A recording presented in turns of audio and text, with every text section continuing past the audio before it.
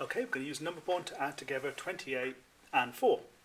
With a number bond, what we're trying to do is to make the numbers easier to use and easier to add, and so we're looking to turn things into tens basically, or into multiples of 10. So straight away, the 28, that's basically 20 and an 8.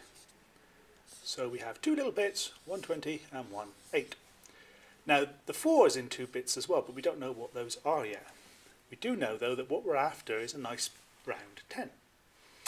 So to get from an 8 to a 10, what we need is a 2.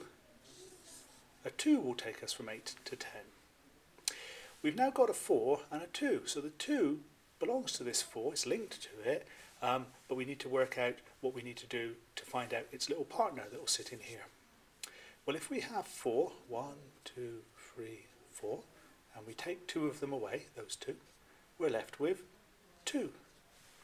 So now what we have is a 20 and an 8 making 28, a 2 and a 2 making 4, but magically in the middle an 8 and a 2 making 10.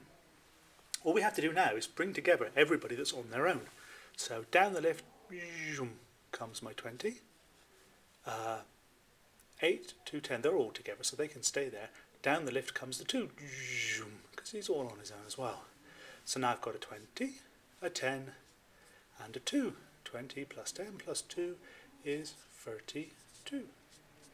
28 plus 4 is 32. So we took the 28, broke it into 20 and an 8. We took the 4, broke it into two parts. We said, what goes with 8 to make 10? And we realised that was 2. 2 from 4 gave us another 2. And then we brought everybody down who was on their own. So 20 come down because it's on its own, that's a 20. 10 was already down here on its own, and then it had one more friend to come down, which was the 2. 20 plus 10 plus 2 is 32. And that's how you use a number bond.